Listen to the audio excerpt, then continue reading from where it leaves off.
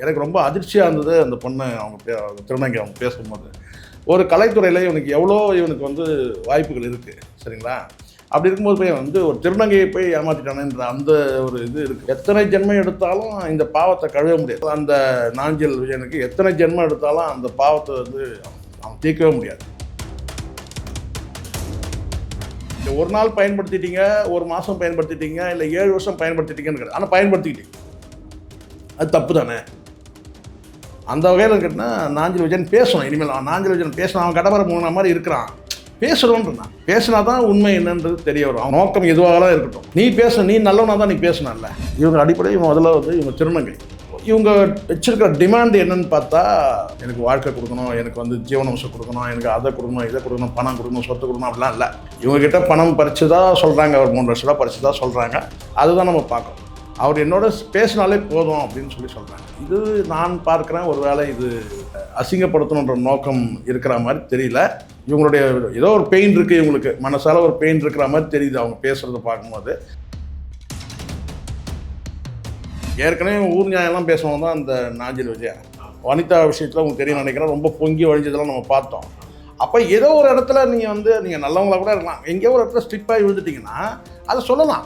ஆனால் யாரோ ஒரு மனிதருக்கு வந்து பார்த்திங்கன்னா கடந்த காலம் வந்து இருக்கும், அதில் காதல் கூட இருக்கும், கண்ணீர் இருக்கும், காமம் இருக்கும், சபலம் இருக்கும். காதலிச்சேன்னா காதலிச்சேன், ஆமாம் வாழ்ந்தேன்னா வாழ்ந்தேன், இதில் என்ன கௌரவம் இருக்குது? ஆனால் இப்போ நான் ஒரு கல்யாணம் பண்ணிட்டேன். அப்போ இந்த இடத்துல திருநங்கையோடு நான் வந்து இருந்தேன், சல்லாபம் பண்ணேன்னு சொன்னால் உனக்கு அசிங்கமாக இருக்குன்னு சொன்னால் அப்போ அந்த இடத்துக்கு நீ போயிடக்கூடாதுல்ல, அது செஞ்சிடக்கூடாதுல்ல. இங்கே ஏற்கனவே பெண்களை ஏமாத்தினாலே அது பாவம். யாரையும் வந்து தேவையில்லாமல் ஒருத்தருடைய கண்ணீருக்கு ஆளாகக்கூடாதுன்றது என்னுடைய மனசு. ஆனால் இதில் வந்து என்னென்னா, பெண் பாவம் ஆண் பாவம்னு சொல்லும் போது இங்கே திருநங்கை பாவன்றது மிகப்பெரிய பாவத்தின் உச்சம். மகா பாவன்றது ஒரு திருநங்கையை ஏமாத்துறது தான். நான் அப்படி தான் பார்க்குறேன்.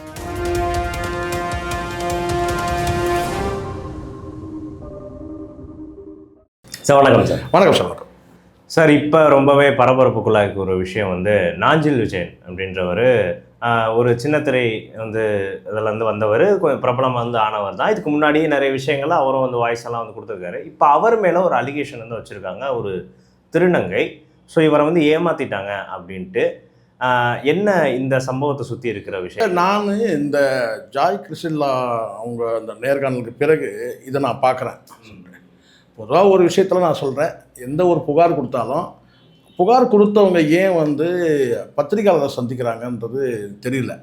அவங்க சைடில் பாதிப்பை அவங்க பாதிப்புக்கு நிவாரணம் தான் நீதிமன்றத்தை தேட முடியும், அல்லது சம்மந்தப்பட்ட யாரோ அவர் வீட்டு முன்னாடி கூட போய் ஒரு தர்ணா போராட்டம்லாம் பண்ணலாம், சட்டை முடிச்சோட கேட்கலாம், என்னை நீ தான் என்னை ஸ்பாயில் பண்ணிட்ட அப்படின்னு சொல்லி கேட்கலாம்.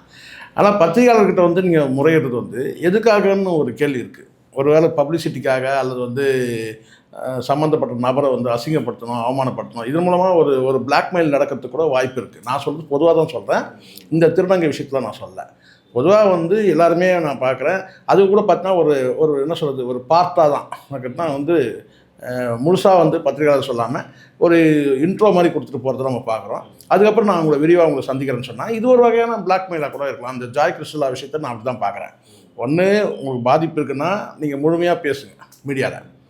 அப்படி உங்களுக்கு இல்லை பேச விருப்பம்னா நீங்கள் கடந்து போயிருங்க. ஆனால் ஒரு பிரபலமான ஒருத்தர் மேலே நீங்கள் ஒரு புகார் கொடுத்துட்டு அதுக்கப்புறம் பத்திரிகைகளை சந்திக்கும் போது ஒரு பார்ட்டாக சந்திக்கிறீங்கள, ஒரு குறிப்பிட்ட பாகம் தான், ஒரு இன்ட்ரோ மாதிரி கொடுத்துட்டு போகிறீங்கள, அது எதுக்குன்னு கேட்குறேன். ஸோ இது முதல் ஒரு கேள்வி இருக்குது. செகண்ட், இந்த விஷயத்துக்கு வரும். ஜாய் கிறிஸ்டில்லா பேசுகிறதுக்கும் இவங்க பேசுகிறதுக்கும் வித்தியாசம் இருக்குது. இவங்க அடிப்படை முதல்ல இவங்க திருநங்கை. இவங்க வச்சிருக்கிற டிமாண்ட் என்னன்னு பார்த்தா, பெரிய டிமாண்ட்னா அவர் எனக்கு வாழ்க்கை கொடுக்கணும், எனக்கு ஜீவனம்சம் கொடுக்கணும், எனக்கு அதை கொடுக்கணும், இதை கொடுக்கணும், பணம் கொடுக்கணும், சொத்து கொடுக்கணும், அப்படிலாம் இல்லை. இவங்ககிட்ட பணம் பறித்து தான் சொல்கிறாங்க, ஒரு 3 லட்ச ரூபா பறித்து தான் சொல்கிறாங்க. அதுதான் நம்ம பார்க்கணும். அதுதாண்டி உங்களுக்கு என்ன அவர்கிட்ட தேவைன்னு சொன்னால் அந்த பணம் தேவைன்னு கூட அவங்க சொல்லவே இல்லை. அவர் என்னோட பேசினாலே போதும் அப்படின்னு சொல்கிறாங்க. இது நான் பார்க்குறேன், ஒரு வேளை இது அசிங்கப்படுத்தணுன்ற நோக்கம் இருக்கிற மாதிரி தெரியல. இவங்களுடைய ஏதோ ஒரு பெயின் இருக்குது, இவங்களுக்கு மனசால ஒரு பெயின் இருக்கிற மாதிரி தெரியுது அவங்க பேசுகிறத பார்க்கும்போது.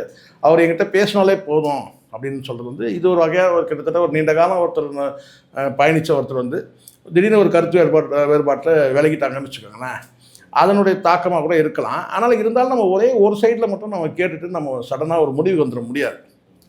ஆனால் அவங்க என்ன ஒரு விஷயம் என்னன்னா, அவங்க வந்து டிமாண்ட் எதுவுமே இல்லை. அவங்க டிமாண்ட் என்னன்னு கேட்டால் அவர் என்கிட்ட பேசணும் அப்படி சொல்கிறாங்க, அவ்வளோதான்.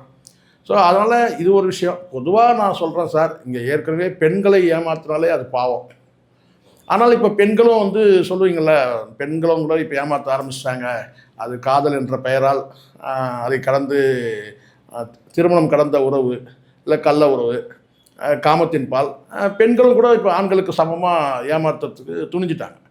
அப்போ இங்கே பெண் பாவம் ஆண் பாவம் சொல்லி தனியாக பிரித்து பார்க்க தேவையில்லை. எல்லாமே பாவம் தான். ஒருத்தருக்கு வந்து துரோகம் இழைத்தாலோ அல்லது இன்னொருத்தருடைய கண்ணீருக்கு நம்ம ஆளாகும்படி நம்ம வாழ்ந்தாலோ அது பாவம் தான். நான் அப்படி தான் பார்க்குறேன். எனக்கு இறை நம்பிக்கை இல்லைனா கூட எனக்கு பாவ புண்ணியத்தில் நம்பிக்கை இருக்குது. எனக்கு யாரையும் வந்து தேவையில்லாமல் ஒருத்தருடைய கண்ணீருக்கு ஆளாகக்கூடாதுன்றது என்னுடைய மனசு அது. ஆனால் இதில் வந்து என்னென்னா, பெண் பாவம் ஆண் பாவம்னு சொல்லும் போது இங்கே திருநங்கை பாவன்றது மிகப்பெரிய என்ன சொன்னால் பாவத்தின் உச்சம். மகா பாவன்றது ஒரு திருநங்கையை ஏமாத்துறது தான். நான் அப்படி தான் பார்க்குறேன். அதாவது உலகிலே மோசமான ஒரு கண்ணீர் எதுன்னு கேட்டோன்னா, கருப்பு நங்கையின் கண்ணீர்னு சொல்லிட்டு ஒரு வரி படித்தான் ஒரு புத்தகத்தில். அது என்ன கருப்பு நங்கைன்னு சொன்னால், கருப்பு நங்கை என்பது வந்து கேட்டால் முழுக்க முழுக்க என்ன சொன்னால் புறந்தள்ளப்பட்டவங்க, வாழ்வின் விளிம்பில் இருக்கிறவங்க, எல்லாத்தையுமே வந்து பறி கொடுத்தவங்க, அப்படிப்பட்டவங்க தான் வந்து எல்லாவற்றையும் பறி கொடுத்தவங்க அப்படின்னு சொல்லும்போது அவங்க தான் கருப்பு நங்கைன்னு சொல்கிறாங்க. நான் திருநங்கைகளும் அப்படி தான் நான் பார்க்குறேன். அவங்களுக்குன்ற வந்து பார்த்தீங்கன்னா தனி உலகத்தில் அவங்க வாழ்ந்துட்டுருக்குறாங்க. இதுதான் உண்மை. எல்லாருமே அவங்களுக்குன்னு ஒரு தனி உலகம் இருக்குது. அந்த உலகம் எப்படிப்பட்டதுன்னு கேட்டிங்கன்னா, அது வந்து நம்ம வந்து பேச முடியாது. பேச முடியாதது தான் அவங்களுடைய வாழ்க்கையும் இருக்குது.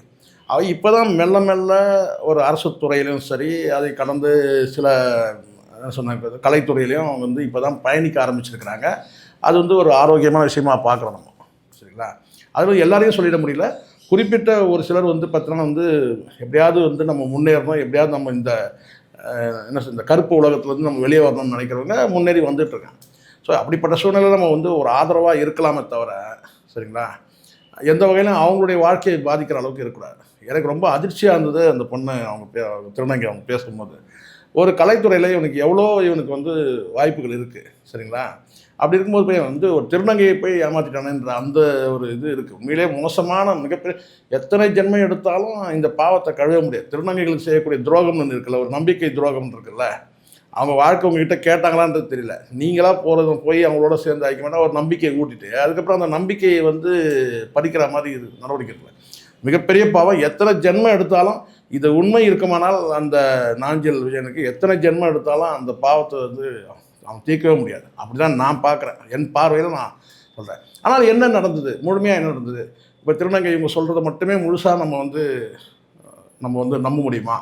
அவங்க தரப்பில் இருந்து என்ன சொல்கிறாங்க அப்படின்றதுக்கு. ஆனால் அது ஒரு பெண்ணாக இருக்கட்டும், ஒரு திருநங்கையாக இருக்கட்டும் கேட்டால் எதுவுமே அடிப்படையில் எதுவுமே இல்லாமல் ஒன்று சொல்ல முடியாதுல்ல.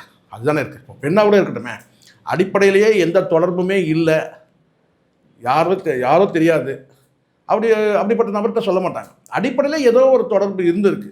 நீங்கள் ஒரு நாள் பயன்படுத்திட்டீங்க, ஒரு மாதம் பயன்படுத்திட்டீங்க, இல்லை 7 வருஷம் பயன்படுத்திட்டீங்கன்னு கிடையாது. ஆனால் பயன்படுத்திக்கிட்டீங்க, அது தப்பு தானே? அந்த வகையில் கேட்டால் நாஞ்சில் விஜயன் பேசணும். இனிமேல் நாஞ்சில் விஜயன் பேசணும். அவன் கடவர மூணு மாதிரி இருக்கிறான், பேசணுன்றான். பேசினா தான் உண்மை என்னன்றது தெரிய வரும். அவங்க சொல்லக்கூடிய உண்மை, அவங்க என்ன காரணம். இப்போ கிட்டத்தட்ட ஆயிடுச்சு சார், ஒரு 2 நாள் ஆயிடுச்சு இல்லையா? என்னால் இது வரைக்கும் வந்து நீ மௌனமாக இருக்கிறன்னா கடந்து போகிறேன்னா என்ன அர்த்தம்? அவங்க நோக்கம் எதுவாகலாம் இருக்கட்டும், நீ நீ நல்லவனாக தான் நீ பேசணும்ல. அப்போ நீ ஏதோ ஒரு இழப்பு, உன்னால் அவங்க ஒரு இழப்பு ஏற்பட்டிருக்குன்னு தானே பொருள். பட் எனக்கு தெரிஞ்ச வரைக்கும் அந்த பெண் ஸ்டேட்மெண்ட்டில் வந்து அந்த திருநங்கை ஸ்டேட்மெண்ட்டில் வந்து நெகட்டிவாக எதுவும் இல்லை. அசிங்கப்படுத்தணுன்ற நோக்கம் கூட இருக்கிற மாதிரி தெரியல.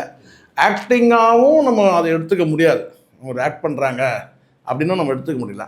அவர் எங்கிட்ட பேசணும் அப்படின்னு சொல்கிறாங்க. அவங்க தங்கி இருந்த இடங்களை சொல்கிறாங்க, எந்த வீட்டில் இருந்தாங்கன்னு சொல்கிறாங்க.